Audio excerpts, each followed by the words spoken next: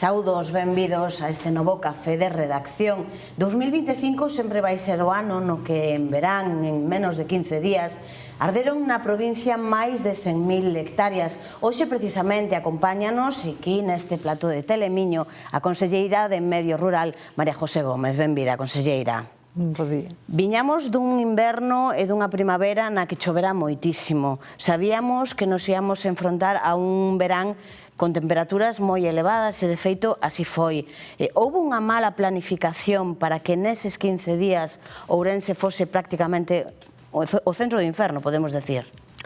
Bueno, é certo que o inverno foi extremadamente chuvioso, pero o mes de xuño xa comezou con moi altas temperaturas. En todo o verán tivemos un día de chuvia generalizada en todo Galicia, con moitísima vexetación. Vimos de 2 anos onde os datos de hectáreas queimadas pois foron os máis baixos da historia. E o mes de agosto, efectivamente, pois con esa altísima actividade incendiaria que tivemos en Galicia, 673 incendios en todo Galicia, fixo que pois o dispositivo tivera que apagar unha media de 30 a 35 lumes diarios. Entón, se me pregunta se considero que houve unha mala planificación, pois non. Considero que a planificación foi axeitada, que temos un dispositivo preparado, pero preparado para asumir hasta un determinado punto. Calquera deses 673 incendios poderíase ter convertido nun gran incendio se non se sufoca a tempo. E ben é verdade pois que a situación en Ourense foi extremadamente complexa, con unha serie de incendios nos mesmos momentos por toda a provincia, incendios pois que desembocaron pois neses grandes incendios que lamentablemente tivemos que vivir. Agora ben, considero que o dispositivo está dimensionado e bueno, é unha realidade que non só tivemos que vivir en Galicia, senón que noutras comunidades autónomas, comezando no mes de xuño, pois en Cataluña, despois en Extremadura, Castela, León e Asturias, lugares que, como Asturias, non é habitual pois ter eses grandes incendios, pois tivemos que vivir, non? Unha vez finalizado o peor da vaga de lumes, chega o momento de tratar de paliar o dano sufrido polo rural. A súa consellería ten habilitada 8 liñas de axuda. Como está a ser ese proceso para acceder ás axudas? Está a ser áxil como reclamaban os afectados? Pois antes de que rematara a vaga de lumes xa estábamos traballando en intentar sacar o máis axiña posible as axudas para os afectados, non? Porque se ben é verdade que a situación foi extraordinaria, pois a resposta da Administración, da Xunta, debe de ser tamén extraordinaria. E fixemos, antes de rematar o mes de agosto, pois ese Consello Extraordinario da Xunta aquí na provincia de Ourense, e o día 30 de agosto pois acabamos estas liñas de axuda, non? Por parte da Consellería de Medio Rural, que é a máis implicada tamén pois en paliar os efectos que sufriu o medio rural e os produtores de todo tipo, pois temos esas 8 liñas de axudas que son compatibles entre sí, todas elas, non? E temos por un lado a do sector agrogandeiro e por outro lado a do sector forestal, non? No agrogandeiro pois hai que destacar que intentamos nos 2 ámbitos, non? Cubrir todo tipo de danos que puideran ocasionarse. En primeiro lugar, pois as infraestructuras danadas. As infraestructuras danadas como poden ser pois establos, como poden ser palleiras, como poden ser pois calquera tipo de instalación que produza. É dicir, incluso pois os viñedos dañados, todos eses produtores poden acollerse a esa liña 1, así como as outras tamén, para repoñer todo iso que fora dañado. É unha axuda que pode chegar ata os 200.000 euros, non? E despois, pois, por suposto, as perdas de produción, o alimento para o gando, que xa, pois, o 17 de agosto, en plena ponte do 15 de agosto, estábamos suministrando alimento para aqueles gandeiros que viron afectadas, non? Pois as súas explotacións por os danos dos incendios, de xeito totalmente gratuito, non? E aí tamén me gustaría agradecer a todos os gandeiros, non só da provincia de Ourense, senón de todo Galicia, que se puxeron a disposición da Consellería, así como transportistas, para donar tanto forraxe como para poñer as empresas de transportes a disposición da Xunta, así como as cooperativas que tamén colaboraron activamente, tanto Clun como a Aira, para intentar minimizar os danos no sector agrogandeiro. Se facemos un percorrido pola provincia de Ourense agora mesmo, o certo é que resulta desolador ver como se atopa, non? Dende sur a norte, de este a oeste, pero hai zonas moi concretas nas que o daño parece máis intenso todavía, zonas como Manzaneda, por exemplo, donde se atopa a única estación de montaña de Galicia e que parece que nunca recibe atención suficiente por parte da administración. Hai un plan específico pensado agora mesmo para a recuperación desa zona, de zonas como o Val de Monterrey, por exemplo, Valdeorras? Unha vez rematados os incendios, o primeiro que toca é avaliar os danos no terreno, nos montes e no suelo.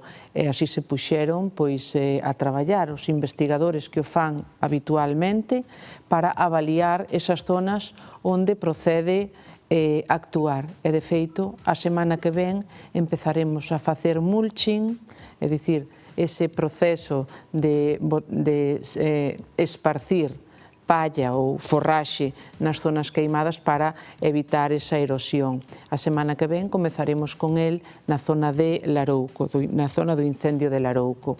E en canto aos montes afectados, o primeiro que se fixo foi modificar a normativa para que se poida proceder, incluso naqueles que están conveniados, que na provincia de Ourense son moitos, para poder axilizar os trámites de saca desa madeira, non?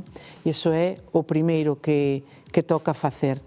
Primeiro sacar, sinalar a madeira que ten que triturarse, que non vale, que non ten un valor comercial, sacar toda aquela o máis axiña posible para que ao chover non se dane esa madeira, e niso é no que están traballando neste momento. E despois procede, por suposto, repoboar por unha parte os montes de xestión pública e por outra os de xestión privada. Unha das liñas de axuda que temos aberta ata 100.000 euros por beneficiario para repoboar todos aqueles montes que a madeira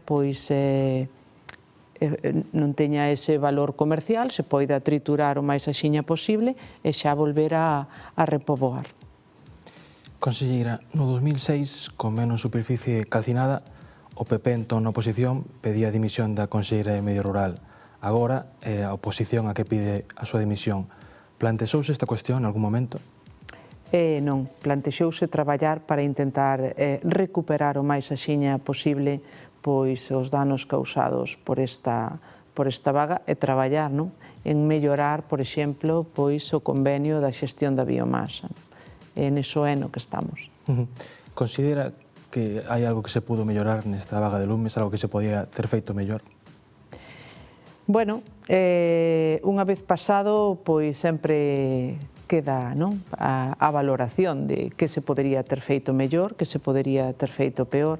Eu creo que todos temos que ser conscientes de que as faixas de biomasa arredor dos núcleos de población son un elemento esencial. Temos que concienciarnos en primeiro lugar os propietarios, que somos os donos das parcelas. En Galicia, ao contrario que sucede no resto de España, os montes, a inmensa maioría, son de titularidade privada.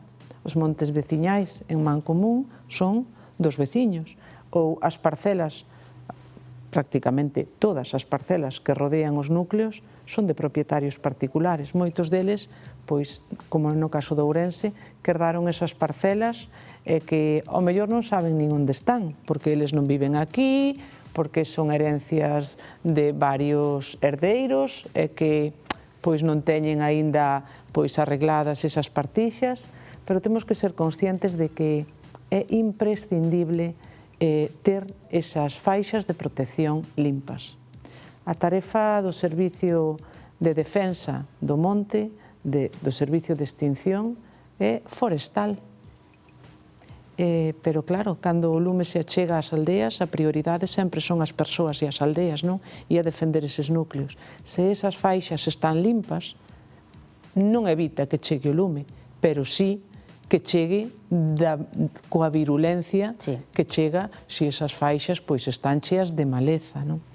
Ou de árbores pegados ás casas, ou de leña amoreada ao pé da casa, non? Todos somos, o máis cómodo é ter a leña pegada á casa, porque no inverno é máis doado collela.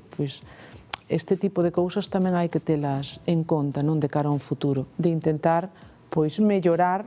E así o plantexamos dende a Xunta de Galicia, así o anunciaba o presidente nesa comparecencia, que intentaremos incrementar a dotación do convenio que ten a Xunta coa FEGAMP e con SEAGA para a limpeza desas faixas secundarias, que intentaremos axudar a eses concellos máis pequenos que teñen dentro das súas competencias a comunicación e facer cumplir esa lei de limpeza das faixas secundarias, pero sabemos que é unha tarefa difícil e por iso queremos redoblar os esforzos para axudar aos concellos a executar de maneira subsidiaria, se os propietarios non o fan,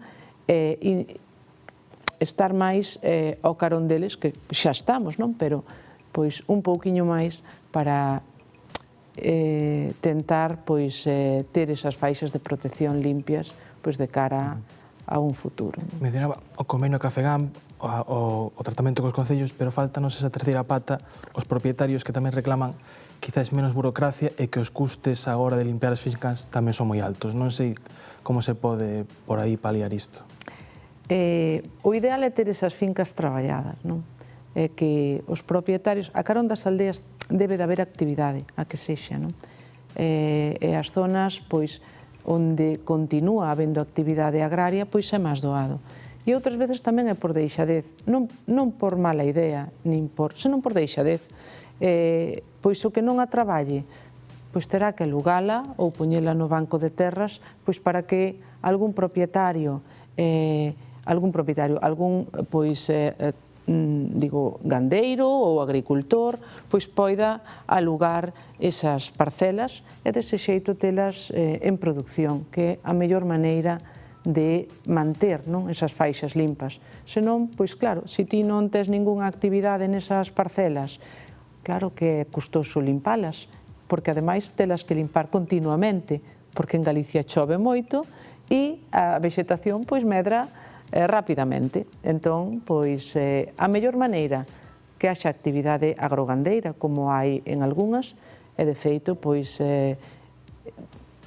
a semana pasada estábamos no Concello de Laza co seu alcalde nunha parroquia en concreto na que se vai a propoñer un proxecto de mobilidade de terras arredor da aldea, onde hai moitas parcelas que están a monte, e xuntamos a todos os propietarios para tentar poñelos de acordo e que poidan alugar, se non traballan esas parcelas, que as poidan alugar para facer esa faixa de protección. Ese modelo é extrapolable ao resto de concellos? É extrapolable a todos os concellos, O que, está percorrendo a provincia de Ourense estes días, se mirásemos os kilómetros do coche no que viaxa, seguramente a maioría sexan da provincia de Ourense. O que eu lle vou a transmitir agora, seguro que lle transmiten a diario moitas persoas, porque falamos de hectáreas queimadas, pero detrás hai moitas caras, hai moitos proxectos asolados. Esas persoas, cando nos acercamos a elas, moitas din que foron elas mesmas as que impediron que o lume avanzara máis.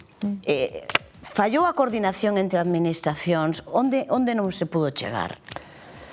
Bueno, ogallá puidera decir que puidamos chegar a todos os sitios, non? Desplegamos todos os medios ao noso alcance, pedimos máis ao goberno, pedimos a axuda do exército para axudar nesas evacuacións, neses peores momentos. Foron momentos moi críticos, concentrados, pois, como dicías, nesa semana, non? Intentouse, e eu estive no CECOPI de mañá por noite todos os días, intentouse chegar a todos os sitios. Evidentemente, pois non se deu chegado a todos. Os veciños e veciñas realizaron unha labor encomiable, non? Eu sempre agradecerei, non, esa solidaridade e ese compromiso de todos os galegos e galegas, que nun momento de tanta dificultade, pois sempre estamos dispostos a axudar. A xente do lugar é quen mellor coñece sempre o sitio, non? Que é a mellor guía, pois, para o servicio cando chegan ali.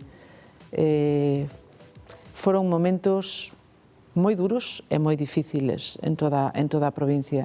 Eu asegurolles que dende o CECOPI, que non é só a Consellería de Medio Rural, porque unha vez se declara a situación 2, pois aí estamos todas as administracións, non? Está Medio Rural, que é o competente en incendios forestais, está a Consellería de Presidencia, a través de emerxencias, está, pois, Protección Civil, por parte do Estado, todos os bombeiros urbanos que se mobilizan, pois eso é a operativa, está a Garda Civil, está a Policía Nacional, está Tráfico. Quero dicir que ali as decisións non as toma a Consellería do Medio Rural, se toman conxuntamente, como debe de ser, non? Nesa colaboración entre as distintas administracións, que é imprescindible, pois, nun momento tan difícil, pois, como o que se viviu no mes de agosto aquí en Ourense. Como valora que nesa colaboración, durante moitos días o tráfico ferroviario tivo que estar suspendido? Como valora que agora o ministro Óscar Puente apoie esa posible demanda por parte de Renfe a Galicia polas perdas que se tivo nese momento? Bueno,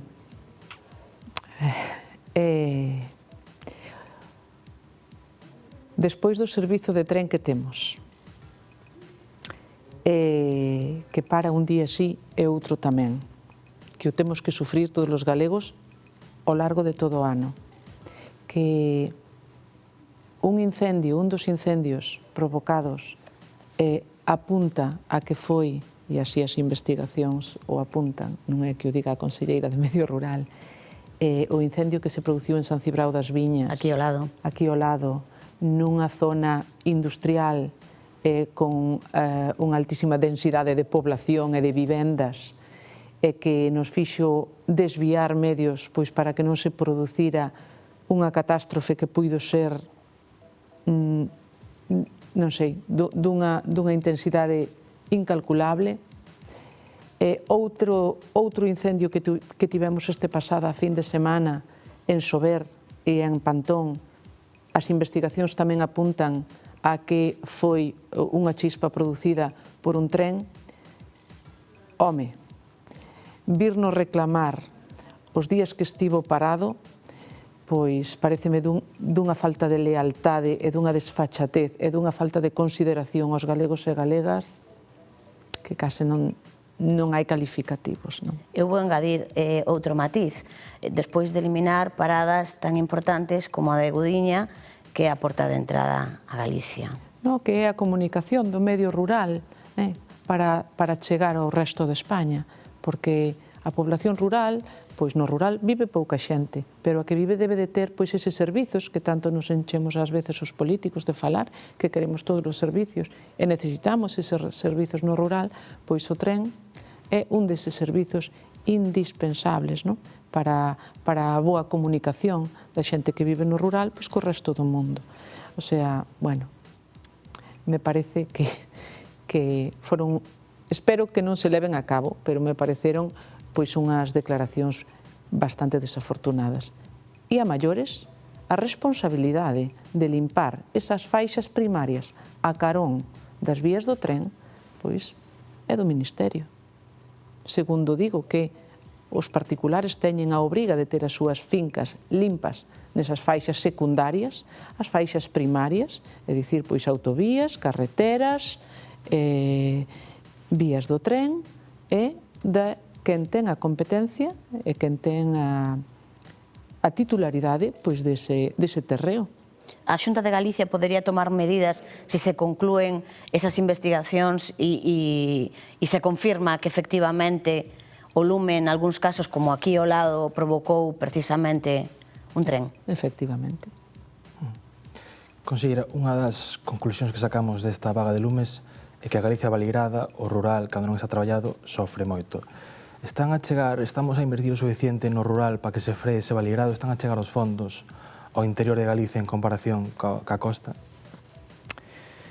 Bueno, a Consellería do Medio Rural, que é a que distribúe os fondos para o sector agrogandeiro e forestal, está a poñer pois todos os fondos que ten dispoñibles para apostar pola remuda xeneracional, como fixemos este ano con unha convocatoria específica para os mozos, para que chegue a todos eles pois esas axudas, a través do Plan Líder e dos grupos operativos de desenvolvemento rural, non? Estamos a traballar a través dos 24 QDRs con convocatorias continuas para apostar por outro tipo tamén de actividades, ben sexa actividades turísticas, ben sexa instalación de empresas no rural, porque o rural, por un lado, está a actividade propiamente que traballa o medio, pero tamén os servizos, non? E dende eses fondos líder, pois estamos chegando a todas aquelas iniciativas que queiran implantarse no medio rural. E este ano sacamos unha convocatoria específica para empresas no rural, e aquí en Ourense pois é un dos lugares beneficiarios, bastante beneficiados por esa convocatoria, no que pois empresas implantadas nos polígonos industriais de concellos rurais, pois non só xeran emprego, senón que asentan poboación, porque cada posto de traballo que se crea no rural, pois favorece que esa familia se asente no rural, non? Neste sentido, pois teño que dicir que este verán quedou un pouco desdibuixado do foco pois esas negociacións da futura PAC que están pois a ter lugar en Europa, pero os incendios sacaron o foco, non, da importancia da posible reducción de 10.000 millóns de euros no próximo período, e aí pois eses fondos, como dicía antes de comezar o verán, non, que parece que desaparece, a previsión é que desapareza ese segundo piar precisamente deses fondos, como poden ser os líder, que os usamos pois para o desenvolvemento rural, para proxectos que se desenvolvan no rural, para a mobilidade de terras, que é moi importante, máis que nada na provincia de Ourense, que é onde máis minifundio pois temos de Galicia, para concentracións parcelarias, para investir e axudar os concellos a reparación de camiños rurais. Pois creo que aí é onde temos que poñer xa o foco, non? En seguir insistindo que necesitamos unha PAC forte se queremos seguir apostando por un rural con futuro, porque é imprescindible, non? Que aqueles que se quedan no rural pois teñan esa axuda. As zonas urbanas, a zona de costa, vai sola, non necesita, pero non na mesma medida que necesita o medio rural, non? Agora mesmo estamos en plena vendimia. O sector do viño xa miraba con preocupación o seu futuro, pois política arancelaria de Trump, o descenso do consumo de viño, o que supón para os produtores ese descenso de consumo de viño tinto. Agora enfréntanse tamén o que pasou cos incendios, porque eles sufriron en primeira persoa. De feito, moitos dos lumes non avanzaron máis grazas a que as viñas foron as que frearon en lugares como o Imbra ou o Val de Monterrey. Que pensa a Consellería? Como vai apoiar o sector? Bueno, en primeiro lugar, a axuda inmediata, pois desas axudas que puxemos en marcha, non? Para aqueles viticultores, que a afección no viñedo foi menor do que parece, non? Estamos a falar, pois en Monterrey, dun 2,7%, de viñedo afectado, estamos a falar en Ribeira Sacra dun 0,2%, quero dicir, a afección non foi tan grande como parece, afortunadamente, non? Pero si pode incidir ou pode influir no consumidor? Quero transmitir unha mensaxe de positividade. En primeiro lugar, a importancia, como dicía antes, de manter eses perímetros traballados. E o viñedo é un gran exemplo aquí en Ourense, non? Que foi o mellor, sin lugar a dudas, o mellor freo para o avance do lume, foi o viñedo, non? Que pasou, por exemplo, en algún lugar como Oimbra? Eu visitei a moitas das zonas afectadas, non? Pois que parcelas en abandono, no medio de viñedo, parcelas que estaban a xestas, a maleza, colleron un poder calorífico tan forte que fixeron que as cepas que había no medio, os viñedos que había no medio desas parcelas abandonadas, pois resultaran moi afectados polo lume. Non vou a dicir queimados, porque o grado de afección hai que medir aquelas cepas que foron destruídas por o lume, aquelas que teñen unha afección grave pero poden ser reinxertadas, ou aquelas que detrás da poda pois volvan a rexurdir, non? Pero hai que, dende a Consellería, vamos a incidir nesas parcelas en abandono que están no medio de outras cultivadas, porque son un gran prexuízo para aqueles que encima pois fan un gran esforzo por traballar e por ter ben as súas parcelas. E aí sí que vamos a ser un pouco máis duros do que éramos, non? Sei que son medidas que políticamente nun primeiro momento, vou dicir, ao mellor non están ben vistas, pero é imprescindible, non? Que a xente teña as parcelas cuidadas, porque se unha persoa que ten abandonada pois unha parcela no medio dun viñedo e esa parcela arde e fai que a quen está traballando e a quen está sufrindo por ter a súa parcela ben, oiga, iso non se pode permitir, non? Creo que é unha cousa na que vamos a incidir. En canto ao viñedo, pois agora aquelas cepas que foron queimadas poden acollerse a axuda para a replantación e, bueno, unha vez rematen as solicitudes, avaliaremos en que grao pois houbo esa afección para, de cara ao ano 26, pois tomar medidas de axuda a eses produtores que viron pois fortemente dañadas as súas viñas. Hai non moitos, pero si hai algún produtor que, pois como pode ser no caso de Quiroga, en Albaredo, pois esa adega que sí que tivo moitísimo daño neses viñedos, non? Por pechar o tema incendios, tema persoal, de persoal antiincendios, a oposición e os sindicatos reclaman estabilizar o 100% deste persoal. Agora mesmo traballan dúas partes todo o ano, o resto no 2027 terá un contrato de 9 meses, se non me equivoco. Está previsto introducir algunha mellora máis no tema do persoal? Todas as melloras que se acordan no persoal da Consellería, non só no de incendios, se fan de acordo sempre ou negociando pois nesa mesa cos sindicatos, non? Entón, bueno, será un tema que trataremos ao longo do ano que ven. 2/3 do persoal traballan todo o ano, das brigadas, me estou a referir, das brigadas, 2/3 traballan todo o ano. Vimos de facer uns procesos de funcionarización do persoal que están aínda por rematar, nalgún caso, hai procedementos abertos, e o persoal que traballaba, brigadas, ese 1/3 do persoal que traballaba durante 6 meses, se acordou pasalos a 9 meses de xeito gradual. O ano pasado traballaron 7 meses, este ano 8, para o ano que ven, para o 26, farán 9 meses, e seguiremos a negociar cos sindicatos pois diferentes medidas, non só no ámbito dos persoal das brigadas, senón de todo o persoal, como vimos facendo habitualmente, non? Chegamos casi ao final, porque quédansenos un montón de temas que tenemos que facer unha segunda entrega desta entrevista que non se centre tanto nos incendios, pero para pechar, esta entrevista podese seguir tamén en Atlántico. Falaba vostede aí un momentiño desas franxas verdes que deben rodear todas as localidades. Como vai o Anel Verde de Vigo? En que punto está?